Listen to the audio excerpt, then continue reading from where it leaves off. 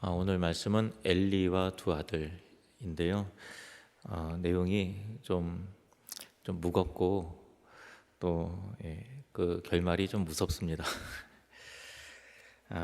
그 신약에 비해서 구약에 흥미로운 점이 있다면은 구약에는 인간적인 스토리들이 굉장히 깊게 다뤄지고 있어요. 그리고 등장 인물들 가운데서 그들의 가정 생활까지도 들여다볼 수 있는 부분이 참 많이 있습니다. 물론 오늘날과 비교해서 시대적 배경이라든가 문화적 차이가 물론 있습니다만은 우리와 같은 가정사라는 면에서 공감할 수 있고 또 교훈으로 배울 수 있는 면이 많이 있습니다.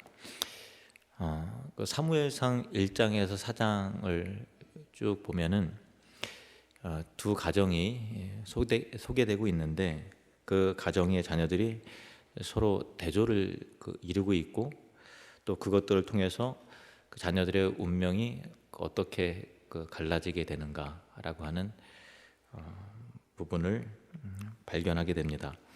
한 가정의 자녀는 하나님의 사람으로 또 이스라엘의 지도자로 하나님께서 선택하시고 세우시고, 그리고 또 다른 가정의 자녀들은 지도자의 위치에 있었으나 하나님의 심판으로 비운을 맛보며 그 가문 자체가 몰락하게 되는 운명을 맞게 됩니다. 이러한 소용돌이 속에 있었던 인물이 바로 엘리라는 사람입니다. 지난 시간에는 우리가 엘가나의 사람의 가정을 소개했는데요. 다시 간략히 정리하면은 엘가나에게는 두 아내가 있었는데 한 사람은 한나이고 또 다른 사람은 브닌나였습니다. 브닌나에게는 자식이 있었는데 한나에게는 자식이 없었죠. 자식이 없었던 한나는 브닌나로부터 받는 괴로움과 무시와 또 시기로 인해서 굉장히 그 마음의 아픔과 상처와 괴로움이 굉장히 컸습니다. 이 엘가나의 가정과 엘리의 가정이 서로 만나는 때가 있는데요. 사무엘상 1장 3절 말씀을 보시면 같이 읽겠습니다.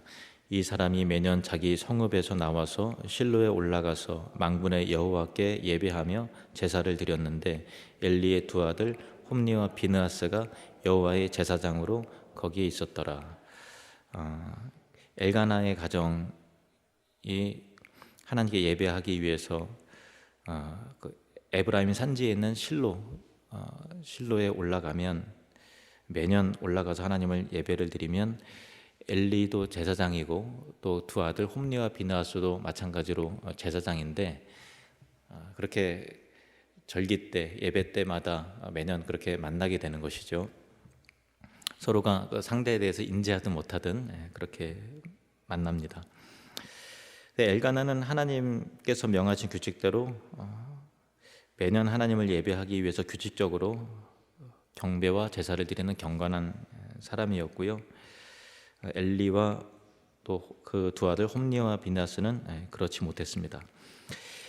한 자식이 없었던 한나는 실로에 가서 하나님 앞에서 기도와 통곡으로 자기의 사정을 하나님께 아뢰는데요. 자신에게 아이를 허락하신다면 하나님의 사람으로 나시린으로서 평생을 하나님께 구별되어 드리겠습니다라고 하는 소원을 합니다. 여기에서 엘리 제사장과 한나와의 간단한 대화가 진행이 되는데 하나님 앞에서 얼마나 간절하게 오랫동안 기도를 했는지 얼굴이 벌겋게 달아오를 정도로 그렇게 소리는 내지 않았지만 간절히 하나님께 기도하는 한나의 모습이었습니다. 근데 엘리는 하나님 앞에 있어야 할 제사장인데 엉뚱한 곳에 습관처럼 앉아있는 모습을 은근히 대조하고 있는데요. 사무엘상 1장 9절에 그때 제사장 엘리는 여호와의 전 문설주 곁 의자에 앉아 있었더라 라고 되어 있는데 한나는 하나님 앞에서 간절히 기도하고 있고 엘리는 문설주 옆에다가 이제 자기 의자를 갖다 놓고 습관처럼 그냥 이렇게 쉬면서 앉아 있었다는 것이죠. 엘리 제사장은 한나의 기도하는 모습을 주목하면서 그녀가 취한 줄로 알고 그렇게 판단해서 내가 언제까지 취하여 있겠느냐, 당장 포도주를 끊으라, 그렇게 면박을 줍니다. 영적인 분별력의 둔함을 보여주는 대목인데요. 엘리는 한나의 설명을 듣고서야 비로소 제사장 그 임무로서의 축복을 선포하는데, 평안히 가라, 이스라엘의 하나님이 너의 기도하여 구한 것을 허락하시기를 원하노라 하면서 축복을 합니다. 이야기는 빠르게 진행이 됩니다. 한나는 사무엘을 낳고 때가 되자 서원대로 사무엘을 데리고 엘리에게로 와서 그의 평생을 하나님께 드립니다.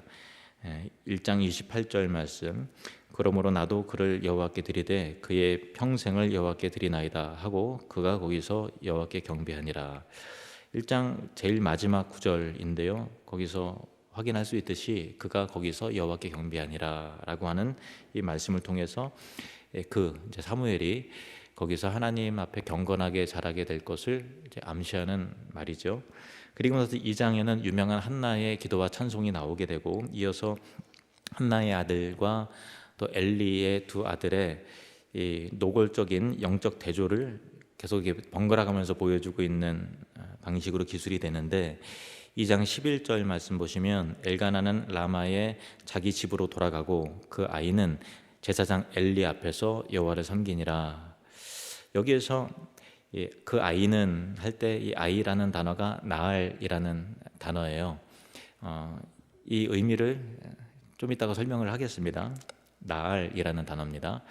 반면에 여호와 하나님을 섬기도록 평생직을 맡은 엘리의 두 아들은 이렇게 요약이 됩니다. 두 마디로 요약이 되는데, 12절 말씀에 엘리의 아들들은 행실이 나빠 여호와를 알지 못하더라.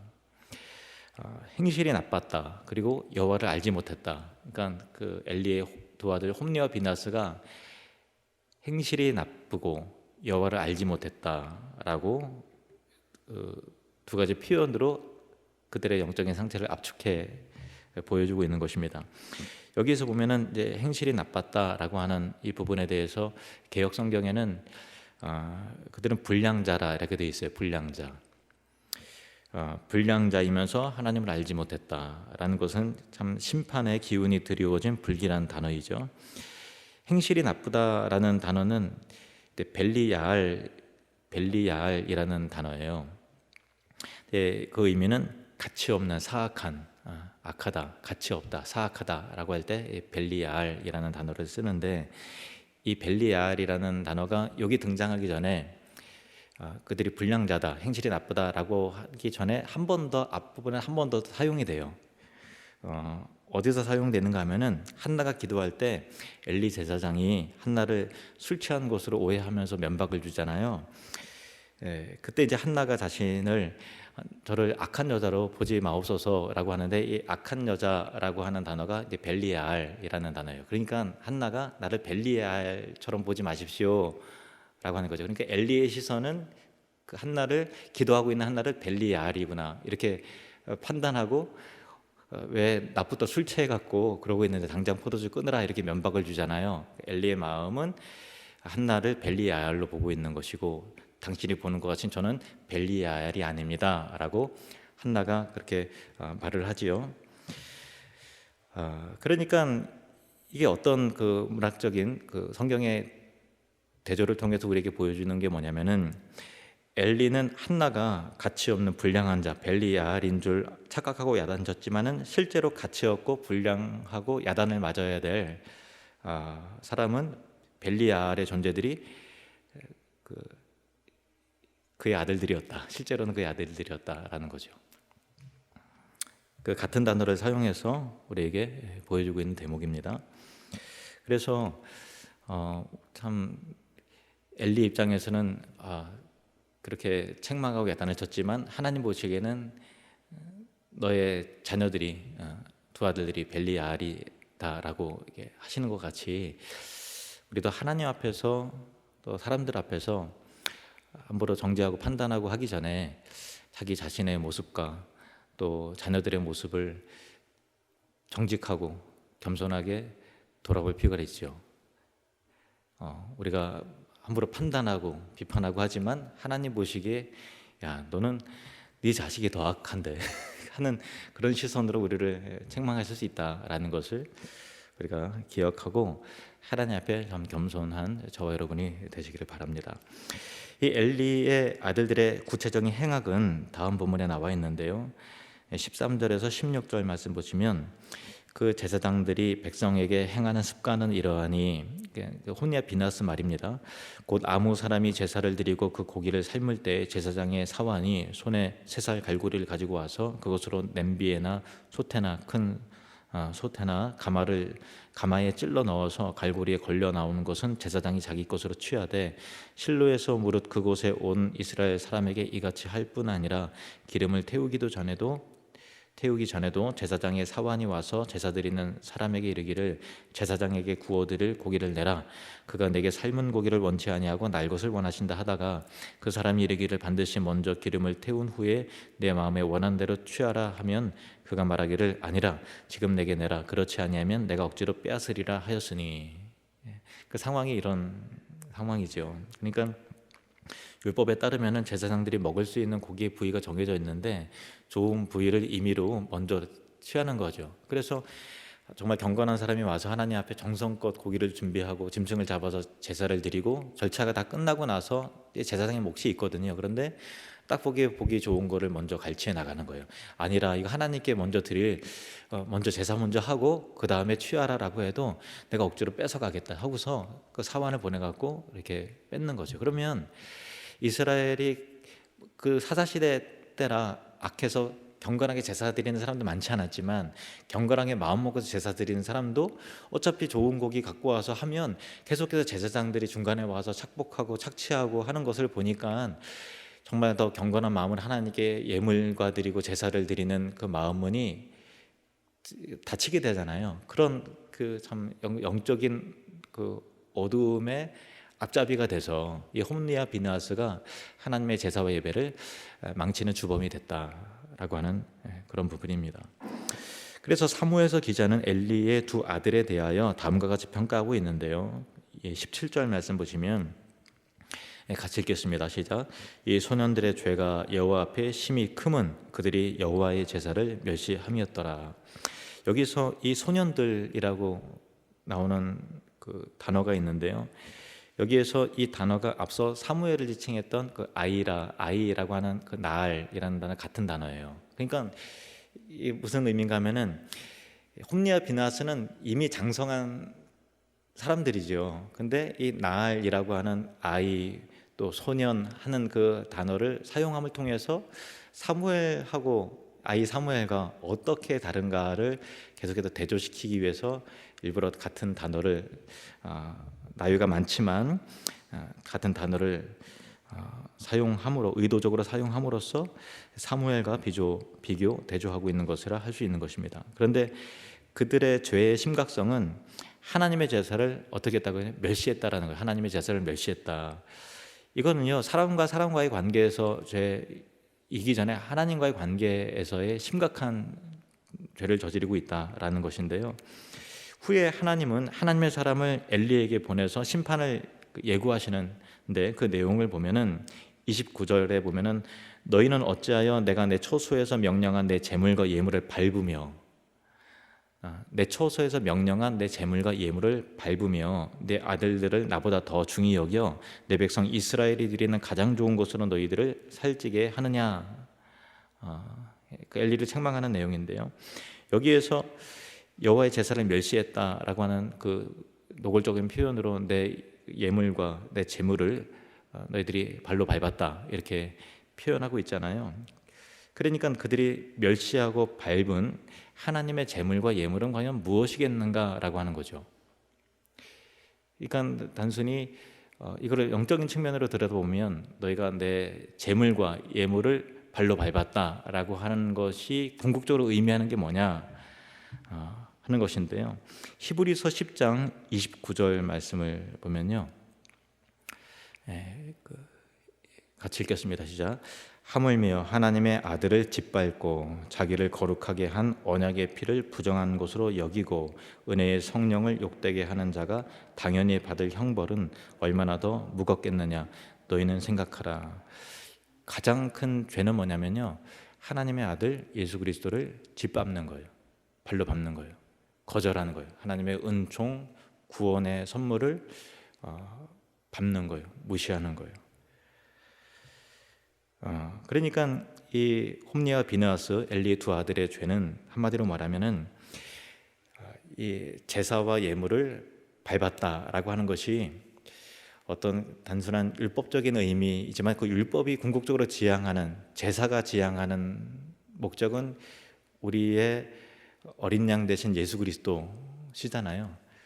그러니까 그 예수 그리스도를 짓밟았다라고 하는 것과 같은 맥락으로 이어지게 돼서 용서받을 수 없는 죄, 거기까지 가는 거죠. 그러니까 참 그 아들을 밟고 그의 흘리신 피를 멸시한 죄였으니 얼마나 심각한 죄예요. 엘리도 이게 얼마나 큰 죄인가를 알았습니다. 그래서 자기 아들을 책망하면서 이렇게 말합니다.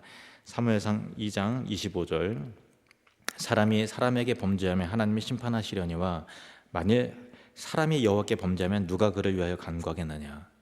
그러니까 너희가 짓는 죄는 사람이 사람에게 범죄하는 것보다 훨씬 더 악해서 하나님께 짓는 죄니 누가 이 부분을, 이 죄를 간구할 수 있는 자가 누구겠느냐라고 하는 그 심각성에 대해서 엘리가 지적을 하는 것이죠.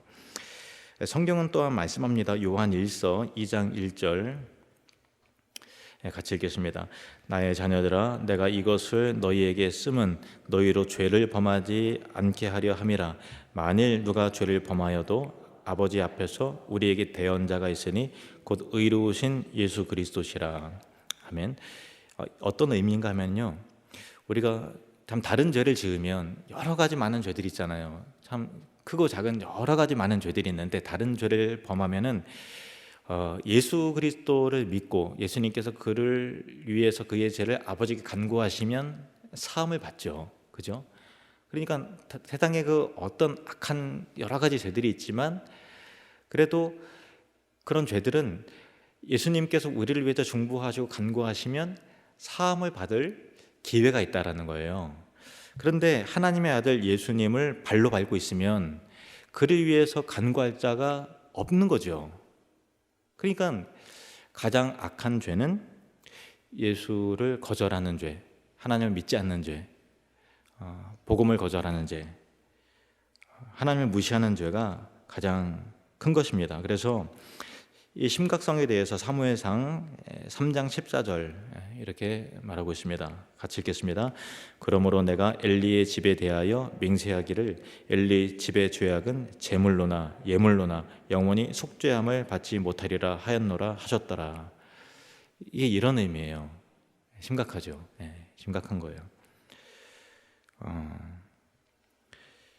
참 엘리의 두 아들은 사함을 받을 수 없는 죄, 즉 하나님의 제물 예수 그리스도를 무시하고 멸시한 죄를 지은 것이기 때문에 제물로나 예물로도 영원히 속죄함을 받지 못하리라, 이렇게 말씀하고 있다는 사실이에요. 그래서 참 이 세상에서 다시 말씀드립니다. 이 세상에서 제일 큰 죄는 세상 사람들은 모르지만 복음은 분명히 말합니다. 이 세상에서 가장 큰 죄는 하나님의 아들을 멸시한 죄입니다. 하나님이 주시는 구원의 손길, 은혜의 선물을 거절한 죄가 가장 큽니다. 그 죄는 결단코 용서를 받지 못합니다. 누군가가 지옥을 가게 된다면 그 죄는 다른 죄가 아니라 다름 아닌 여호와의 제사를, 그의 아들 제물 대신 예수 그리스도를 멸시한 죄 때문임을 우리는 깊게 유념해야 하는 것입니다. 자, 23절에서 25절 말씀, 사무엘상 2장 23절에서 25절 말씀입니다. 엘리가 매우 늙었더니 그의 아들들이 온 이스라엘에게 행한 모든 일과 해막 문에서 수종드는 여인들과 동침하였음을 듣고 그들에게 이르되 너희가 어찌하여 이런 일을 하느냐? 내가 너희의 악행을 이 모든 백성에게서 듣노라. 내 아들들아, 그리하지 말라. 내게 들리는 소문이 좋지 아니하니라. 너희가 여호와의 백성으로 범죄하게 하는도다. 엘리의 아들들이 죄악이 이제 극에 달했음을 이렇게 보여주는 내용인데요. 물론 엘리가 자녀들을 책망합니다. 책망하지 않는 것은 아니에요. 그 죄의 심각성도 알고 있고 책망합니다. 근데 이 본문을 통해서 느끼는 분위기는 뭐냐면 참 무기력하다, 그걸 느끼잖아요. 책망은 하지만 별로 이렇게 영향력이 없는 거죠. 그리고 아들들의 악행을 어떻게든 저지하려고 하는 결의마저도 없어 보여요. 근데 맞는 얘기는 하는데 뭐 안 되면 할 수 없고 하는 그런 체념 일종의 죽을 각오를 하고서 이렇게 하지 않는다는 거예요. 그러니까 이 부분을 통해서 깨닫게 되는 것은 부모로서 자녀를 향해 또 이들을 향해서 이들을 하나님을 경외하는 자들로, 우리가 하나님의 사람들로 자녀들을 바르게 세워야 하겠다라는 참 비장함과 각오가 부모에게 있어야 되는데, 그냥 뭐 좋은 얘기는 하지만 참 그 비장함이 없을 경우, 어떻게든 하나님을 경외하는, 하나님을 두려워하는 하나님의 사람으로 내가 세워야 되겠다라고 하는 비장함이 없을 때 어디까지 가는가라고 하는 그런 부분을 보여주고 있죠. 그러니까 많은 저를 비롯해서 크리스찬 부모들이 이런 마음이에요. 그러니까 마땅히 행해야 될 거 알아요. 가르쳐요. 안 가르치는 것도 아니고 책망 안 하는 것도 아닌데 과연 그런 비장함이 있는가? 어떻게든 내가 하나님의 사람으로 세워야 되겠다. 정말 하나님 앞에 벌받고 심판하는 길을 들어서지 않도록 그 길만은 내가 막아야 되겠다라고 하는 비장함과 하나님을 두려워하는 그 결단과 각오가 크리스천 부모들에게 저를 비롯해서 회복이 되어야 될 줄로 믿습니다. 잠언 13장 24절 말씀 같이 읽겠습니다. 매를 아끼는 자는 그의 자식을 미워함이라, 자식을 사랑하는 자는 근실이 징계하느니라. 여기서 근실이라고 하는 것은 부지런히라는 거예요. 착실하게. 그러니까 자식을 사랑하는 자는 부지런히 징계한다는 거예요. 부지런히, 착실하게, 성실하게 징계하라는 거예요. 이게 뭐냐면은 그냥 뭐 정기적으로 매를 내라 그런 게 아니라 자녀의 영적인 상태에서 그만큼 예의주시하면서 예밀하게 관찰하면서 어떻게 하면 내가 지도할 수 있을지, 영적으로 어떻게 하면 거룩한 하나님의 자녀로 세워나갈 수 있는지 기도하면서 그 방법을 모색하면서 그렇게 해야 된다는 거예요. 성실하게 해야 된다는 거예요. 뭐 잘못하면 이리 와 이렇게 때리라는 그런 의미가 아니라 자녀에게 영적인 부모로서 나에게 맡기신 자녀를 어떻게 하나님의 자녀로 세워나갈 수 있을까에 대한 그 신실함과 부지런함이 부모에게 있어야 되는 마땅한 자세라는 것이죠. 또 잠언 23장 13절에서 14절 말씀 같이 읽겠습니다. 아이를 훈계하지 아니하려고 하지 말라. 채찍으로 그를 때릴지라도 그가 죽지 아니하리라. 내가 그를 채찍으로 때리면 그의 영혼을 스울에서 구원하리라. 뭐 문자 그대로 채찍으로 뭐 허리띠로 이렇게 막 피가 나도록 때리라 뭐 그런 의미라기보다도 그런 의미는 아니죠. 그만큼 속뜻은 뭐냐면 그만큼 열정이 있어야 된다는 거예요. 하나님에 대한 열정, 또 자녀들의 영적 지도에 대한 비장함과 결의가 있어야 되는 거예요. 근데 엘리가 없었던 게 이런 거예요. 맞는 길을 알아요. 너 이렇게 해야 된다, 이렇게 하면 안 된다, 악하다 이렇게 말은 해요. 그런데 그런 결단과 비장함이 엘리에게 있었냐 할 때 없었다라는 거죠. 또한 그래서 22절에 보면은 22절에 엘리가 매우 늙었다라고 앞서 읽은 내용에 매우 늙었다라는 표현은 뭐냐면요, 물론 이제 문자 그대로 보면 엘리가 나이 많아 늙었다라는 뜻인데 그 이면의 내용은 엘리가 부모로서 영향력을 행사하기에는 이미 너무 늦어버렸다 라고 하는 참 암담함이 서로에 있는 그런 표현입니다. 그러니까 부모로서의 역할을 하긴 해야 되는데 너무 늦었다라는 것이죠. 그러니까 부모의 역할도 때가 있는 것이죠. 올바르게 양육해야 할 그 시기를 놓치면 어찌 해볼 도리가 없어지죠. 뭐 부모의 손에서 떠나기 때문에 어찌 해볼 도리는 없습니다. 급기야 하나님은 하나님의 사람을 엘리에게 보내어 집안의 악행과 폐역을 밝히시고 엘리 가문의 심판과 저주를 선언하십니다. 2장 30절 말씀, 좀 무서운 말씀이지만 같이 읽겠습니다. 시작. 그러므로 이스라엘의 하나님 나 여호와가 말하노라. 내가 전에 네 집과 네 조상의 집이 내 앞에 영원히 행하리라 하였으나 이제 나 여호와가 말하노니 결단코 그렇게 하지 아니하리라. 나를 존중히 여기는 자를 내가 존중히 여기고 나를 멸시하는 자를 내가 경멸하리라. 아멘. 그리고 참 무서운 말씀이죠. 그리고 이어서 말씀하시는 내용은 내 집에 노인이 하나도 없을 것이다. 그리고 내 집에서 출산되는 모든 자가 다 젊어서 죽게 될 것이다. 그리고 내 두 아들 홈리와 비느사가 한 날에 같이 죽게 될 것이다. 그렇게 심판을 선언하십니다. 그래서 사무엘상 4장에 가보면은 이스라엘과 블레셋과의 전투가 벌어지는데 하나님의 법궤를 이 진중에 갖다 놓으면 하나님께서 힘 한번 쏘시지 않겠냐는 어떤 그 인격적인 하나님을 믿는 게 아니라 법궤를 어떤 물리적인 마술적인 힘으로 어떤 게 부적처럼 그렇게 이스라엘 백성들이 영적으로 어두웠으니까 그렇게 생각한 것이죠. 그래서 홈니와 비나스가 이제 제사장이잖아요. 그 법궤를 이제 관리하고 책임지고 있는데 이 법궤를 가지고 그렇게 전쟁터에 나간 겁니다. 그러다가 전쟁에 져서 언약궤를 하나님의 언약궤를 빼앗기고 둘 다 엘리의 두 아들 둘 다 한 날에 죽게 되었습니다. 그리고 엘리는 그 전쟁의 결말과 두 아들의 죽음 게다가 하나님의 궤를 빼앗겼다는 말을 들을 때 이 의자 뒤로 넘어져서 목이 부러져 죽었습니다. 그리고 엘리의 며느리 곧 비느하스의 아내가 해산할 때도 그 남편 해산할 때가 된 남편이 죽었고 시아버지가 죽었고 법궤가 빼앗겼다라는 얘기를 들으면서 출산을 하는 거예요. 그러면서 죽어가면서 구부리면서 죽어가는데 그 아이의 이름을 이가봇이라고 이름을 합니다. 참 비참한 이름이에요. 뭐냐면 영광이 없다. 그러니까 이스라엘의 하나님의 영광이 이 백성에서 떠났다라고 하는 그런 의미에서 이가봇이라고 이름을 했습니다. 그리고 제사장 엘리 가문은 점점 쇠락해 가다가 솔로몬 왕 때 이렇게 이루어지게 됩니다. 열왕기상 2장 27절 말씀 같이 읽겠습니다. 아비아다를 쫓아내어 여호와의 제사장 직분을 파면하니 여호와께서 실로에서 엘리의 집에 대하여 하신 말씀을 응하게 함이더라.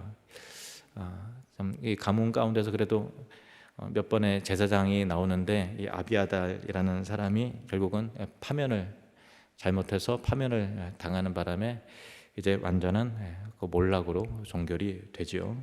엘리의 집에 대하여 하신 말씀을 응하게 하셨다라는 것입니다. 오늘 엘리와 두 아들에 관한 내용은 참 무겁고 무섭습니다. 그리고 저도 이게 설교 준비하면서 이제 제가 제사장은 아니지만 꼭 잘해야 되겠다, 부모로서 정말 잘해야 되겠다 하는 그런 마음이 많이 들었습니다. 참 무겁고 참 무서운 내용이지만 그러나 그 가운데서도 소망의 빛이 있음을 발견하게 되는데 17절, 18절 말씀 보시면 17절은 무섭지만 18절부터 뭔가 좀 이렇게 새로운 소망이 생기지 않습니까? 이 소년들의 죄가 여호와 앞에 심히 크면 그들이 여호와의 제사를 멸시함이었더라. 사무엘은 어렸을 때 세마포 에봇을 입고 여호와 앞에서 섬겼더라. 이 앞에서 그 소년들의 이 홈리와 비나스의 죄가 하나님의 제사를 업신여기는 제사장으로서 제사를 업신여기는 무서운 죄를 멸시하는 죄를 졌는데 그 다음에 18절에 사무엘은 어릴 때부터 세마포 에봇을 입었다 돼 있죠. 그러니까 세마포는 누구의 복장이냐면 제사장의 복장이에요. 현직에 있는 제사장은 지금 제사를 완전히 멸시하는 그런 풍토로 가지만 하나님께서 새로운 사람을 세마포 에봇을 제사장으로 세우실 세마포 에봇을 입고 하나님 앞에 섬기게 하셨다라는 거죠. 28절에 보면은 내가 그를 택하여 내 제사장으로 삼아 그가 내 제단에 올라 분향하면 내 앞에서 에봇을 입게 하지 아니하였느냐. 이 말씀은 이제 엘리에게 책망하시는 말씀인데 하나님이 너와 내 아들들에게 에봇을 입혀 구별되이 제사장으로 삼았음에도 제사장 직분을 어떻게 이렇게 더럽힐 수 있느냐고 책망하고 계시는 부분인데 그 이후에 35절 말씀을 보시면은 여기 또 소망의 메시지가 있어요. 35절 같이 읽겠습니다. 내가 나를 위하여 충실한 제사장을 일으키리니 그 사람은 내 마음 내 뜻대로 행할 것이라. 내가 그를 위하여 견고한 집을 세우리니 그가 나의 기름 부음을 받은 자 앞에서 영구히 행하리라. 아멘. 충실한 제사장을 나를 위한 충실한 제사장을 하나님이 친히 세우실 것이고 그를 위하여 견고한 집을 세울 것이다 라는 것인데요. 그러니까 제사장이라는 자들이 여호와의 제사를 멸시하고 있을 때 하나님께서는 내가 나를 위해서 충실한 제사장을 일으키실 것이다 라고 하는 충실한 제사장에 대한 예비하심이 있다는 말씀이시죠. 그 제사장은 1차적으로 세마포 에봇을 입고 자라던 그 사무엘을 말하는 것이기도 하고, 또 다른 이제 학자들은 사무엘은 제사장의 역할이기보다 선지자니까 다윗 시대의 대제사장 사독을 의미한다라고 말하기도 합니다만은, 누가 되었든 1차적으로는 사무엘이거나 혹은 이제 사독 제사장일 수 있지만은 궁극적으로는 누구를 의미하는 거면 충실한 대제사장이신 예수 그리스도를 일으키시겠다라는 거예요. 여기에 인류의 소망이 있죠. 사실 부모들 치고서 엘리에게 제사장 나올 때 나는 그래도 괜찮다고 떳떳한 사람이 누가 있겠어요? 참 우리가 참 잘 부족하다라는 것을 다 느끼죠. 그럼에도 불구하고 우리가 어디에 소망을 두어야 되느냐 할 때 히브리서 2장 17절 말씀, 히브리서 2장 17절 같이 읽겠습니다. 시작. 그러므로 그가 범사에 형제들과 같이 되심이 마땅하도다. 이는 하나님의 일에 자비하고 신실한 대제사장이 되어 백성의 죄를 속량하려 하심이라. 아멘. 이사야 9장 2절 말씀 한번 듣겠습니다. 시작. 흑암에 행하던 백성이 큰 빛을 보고 사망의 그늘진 땅에 거주하던 자에게 빛이 비추도다. 아멘. 예수 그리스도 그분은 어두워 갈 때 빛으로 오신, 정말 하는 일들을 보고 행색을 보면 도저히 그 땅에 소망이 없을 것 같은 암담한 상황일지라도 하나님께서는 신실한 충실한 대제사장을 일으키심을 통해서 우리를 회복시키신다라고 하는 예수 그리스도에 대한 예언의 말씀이 오늘 본문 말씀 가운데 있습니다. 저와 여러분의 자녀와 가문의 속에서 예수를 믿지 않음으로 구원에서 떨어져 나가는 사람이 한 사람도 없게 되기를 간절히 축원합니다.